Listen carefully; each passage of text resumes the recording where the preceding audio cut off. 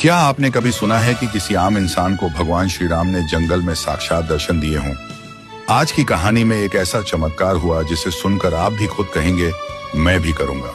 भगवान श्री राम के दर्शन। एक व्यक्ति ने किए साक्षात भगवान राम के दर्शन। एक लड़का अपने बुजुर्ग माता पिता के साथ गांव में रहता था।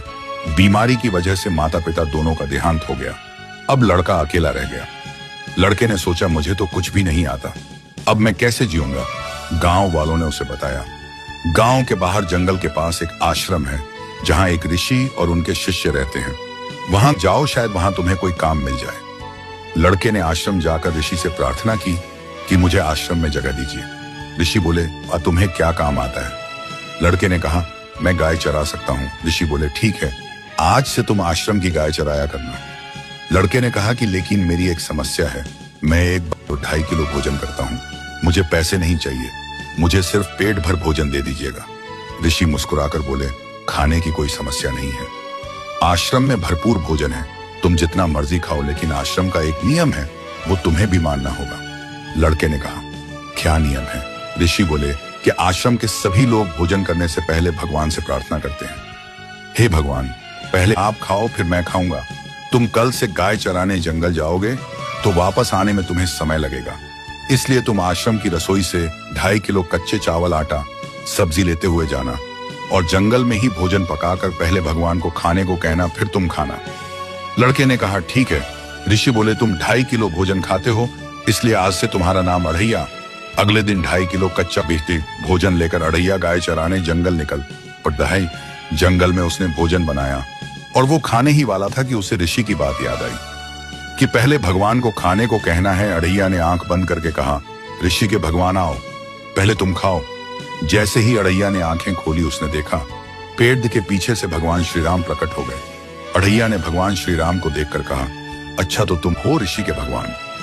भगवान श्री राम ने मुस्कुराते हुए सिर हिलाकर हामी भरी। अढ़ैया ने कहा, तो क्या तुम यहीं जंगल में पेड़ों के बीच ही रहते हो? भगवान श्री राम ने फिर मुस्कुराते हुए हामी भरी। अढ़ैया ने कहा, ठीक है, पहले तुम भोजन कर लो। देखते ही देखते भगवान ने सारा भोजन समाप्त कर दिया। अढ़ैया उदास होकर आश्रम लौटा और आकर ऋषि से बोला, आपने बताया नहीं कि आपके भगवान सारा भोजन खा लेते हैं। अब मैं कल से 5 किलो भोजन लेकर जाऊंगा ताकि मुझे भूखा ना रहना पड़े। 2.5 किलो मेरा, 2.5 किलो ऋषि के भगवान का। ऋषि को लगा अढ़ैया खाने के लालच में झूठ कह रहा है, पर फिर उन्होंने ये सोचा, खा लेने दो, हमारे पास बहुत अनाज है। अगले दिन अढ़ैया 5 किलो भोजन लेकर जंगल गया और भोजन तैयार करने के बाद आंख बंद करके बोला, ऋषि के भगवान आओ, पहले तुम खाओ। अढ़ैया ने जैसे ही आंखें खोली, भगवान राम और माता सीता सामने खड़े थे। अढ़ैया ने भगवान से पूछा, ये आपके साथ देवी कौन है?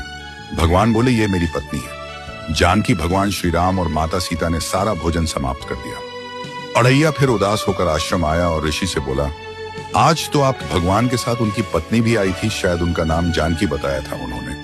अब कल से मैं 7.5 किलो भोजन लेकर जाऊंगा ताकि मेरे लिए भी कुछ बचे। अगले दिन अढ़ैया ने जंगल में भोजन बनाकर फिर भगवान से प्रार्थना की, ऋषि के भगवान आओ, पहले तुम खाओ। तुरंत भगवान राम, माता सीता के साथ लक्ष्मण जी भी उपस्थित हो गए।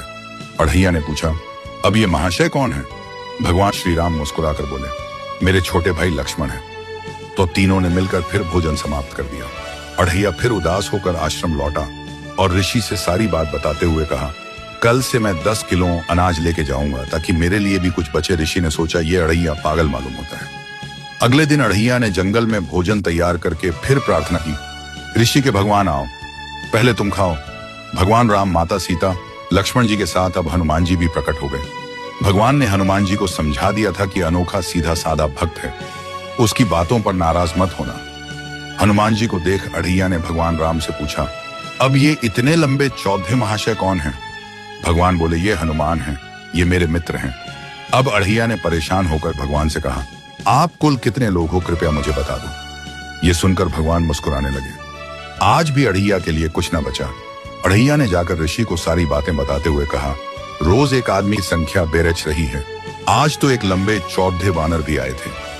कल मैं 2 व्यक्तियों का अधिक भोजन लेकर जाऊंगा ताकि उनके साथ कोई आए, तब भी मेरे लिए बचे। अढ़ैया की बातें सुनकर ऋषि मन ही मन सोचने लगे, क्या सच में भगवान इसे दर्शन देते हैं? ऋषि अढ़ैया से बोले, तुम्हें भोजन ज्यादा करना है करो, लेकिन ये झूठ हमें पसंद नहीं। अढ़ैया ने कहा, मैं झूठ नहीं कह रहा, कल आपको अपनी बातों का प्रमाण दूंगा। अगले दिन जब अढ़ैया ने भोजन बनाकर प्रार्थना की तो श्री राम, सीता जी, लक्ष्मण जी, हनुमान जी के साथ भरत और शत्रुघ्न भी पहुंच गए। अढ़ैया ने कहा, लक्ष्मण जी, हनुमान जी के साथ भरत और शत्रुघ्न भी पहुंच गए। ये भी अढ़ैया ने कहा, अब ये दो नए लोग कौन हैं? तुम श्री राम ने कहा, ये भी मेरे भाई हैं।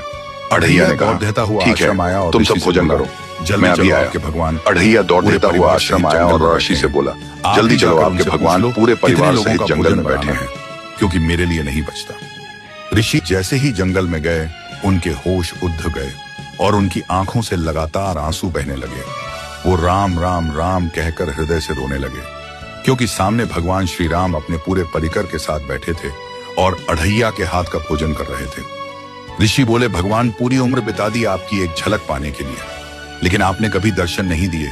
लेकिन आज आपने पूरे परिवार सहित दर्शन दिए, वो भी इस अढ़ैया की वजह से। भगवान, आपने इस अढ़ैया को दर्शन दिए, जबकि बड़े दिद्धे साधकों के कई जन्म बीत जाते हैं आपकी एक झलक पाने के लिए। इस अढ़ैया ने तो कोई साधना भी नहीं की। भगवान बोले, जो दिल का साफ होता है, जिसमें अहंकार नहीं होता, जिसका दिल प्रेम और सच्चे भाव से भरा होता है, उसे दर्शन देने में मैं देर नहीं लगाता।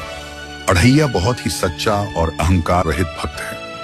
याद रखना, भगवान तुम्हारा भाव देखते हैं, साधना और अहंकार नहीं।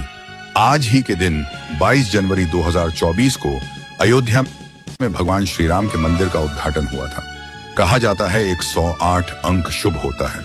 तो आज इस पावन पर्व पर इस पोस्ट पर 1,08,000 लाइक, 1,08,000 राम राम कमेंट और 1,08,000 शेयर कर दीजिए। टारगेट बड़ा है, लेकिन यकीन है आप पूरा कर देंगे। आज के शुभ दिन पर भक्त अढ़ैया की यह कथा हर किसी को दिखनी चाहिए। इसे शेयर करना आपकी जिम्मेदारी है। दोस्तों, एक और बात, सोशल मीडिया पर लोग वासना और नग्नता फैलाने वाले लोगों को फॉलो करते हैं, लेकिन इतने अच्छे अच्छे महान भक्तों की आध्यात्मिक कथा और विचार आप तक पहुंचाने के बाद भी और पेज को फॉलो नहीं करते। ऐसा क्यों? जरा अच्छे कामों को भी सपोर्ट कर दिया कीजिए और पेज को फॉलो किए बिना मत जान। हमारा पेज आपका फॉलो डिजर्व करता है। पूरी पोस्ट इतने प्रेम भाव से पढ़ने के लिए आपका शुक्रिया।